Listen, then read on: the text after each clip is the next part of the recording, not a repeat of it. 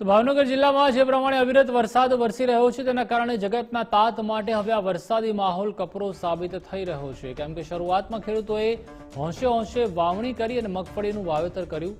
મોંઘાદાટ ખાતર બિયારણ નાખ્યા બાદમાં હવે જે પ્રમાણે વરસાદ વરસી રહ્યો છે તેના કારણે મગફળીનો પાક લીલા છમ્માથી હવે પીળો પડવા લાગતા ખેડૂતોના મોંમાં આવેલ કોળિયો છીનવાઈ ગયો છે.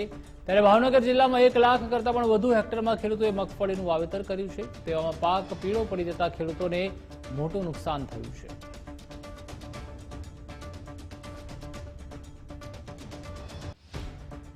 મગફળી વાવેલી છે અને એમાં વરસાદ રહેતો નથી અને મોલાત પીળી પડી ગઈ છે. સિંગ મોંઘાદાટ બિયારણ લાવેલા છે અને બીજા નંબરમાં કે અમારે એમાં કઈ આ વરસાદ રહેતો નથી, ખડ એકલું થઈ ગયું, પીળાઈ મોલાત પડી ગઈ છે, તડકો નીકળતો નથી. એના હિસાબે સરકાર જો અમને કાંઈ પણ સહાય કરે તો અમને ઘણો ખરો ટેકો મળે. અમે 10-12 વીઘાનું વાવેતર કરેલું છે, એમાં જો આવી રીતનું આ બધું થઈ ગયેલું છે ના બિલ સહિત તમને બતાવીએ છીએ સરકાર માન્યમાં કે આટલા મોંઘું બિયારણ લાવેલા સીવી એના હિસાબે અમને આવો માર પડેલો છે. અમે સિંગનું વાવેતર કરેલું છે અને વરસાદના હિસાબે સિંગ પીળી પડવા માંડી છે અને વરસાદ રહેતો નથી. હવે એ વરસાદને કારણે અમારે આ નુકસાની ભોગવવી પડે. વીઘે 20 થી 25 હજારના ખર્ચ કર્યા છે અને વરસાદ રહેતો નીંદણું પાણીનું થાય નેતૃત્વમાં નિષ્ફળ જવાની શક્યતા છે.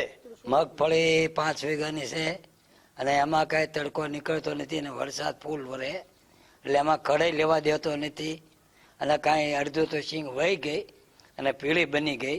જો તડકો નીકળે તો લાભ મળે, નકર આમાં કઈ લાભ મળે એમ નથી.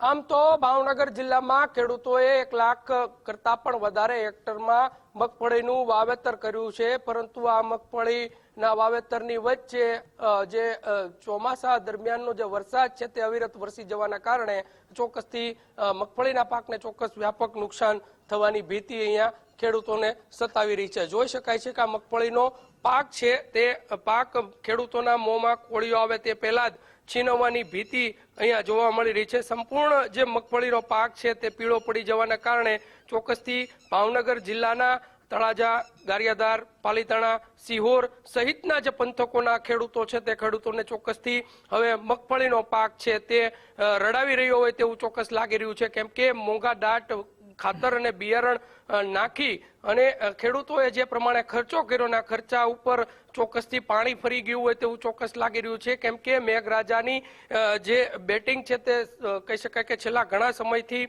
જોવા મળતા વરાપ નહીં નીકળતા મગફળીનો પાક છે તે હવે સદંતર નિષ્ફળ જવાની ભીતિ જે છે તે અહીંયા ચોક્કસથી ખેડૂતોને રડાવી રહી છે.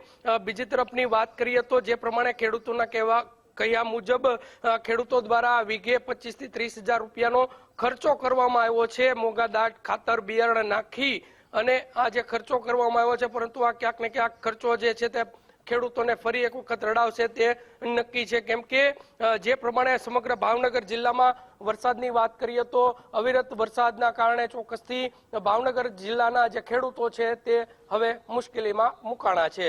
કેમેરા પર્સન વિજય જાદવની સાથે કુણાલ બારડ, ગુજરાત ફર્સ્ટ, ભાવનગર.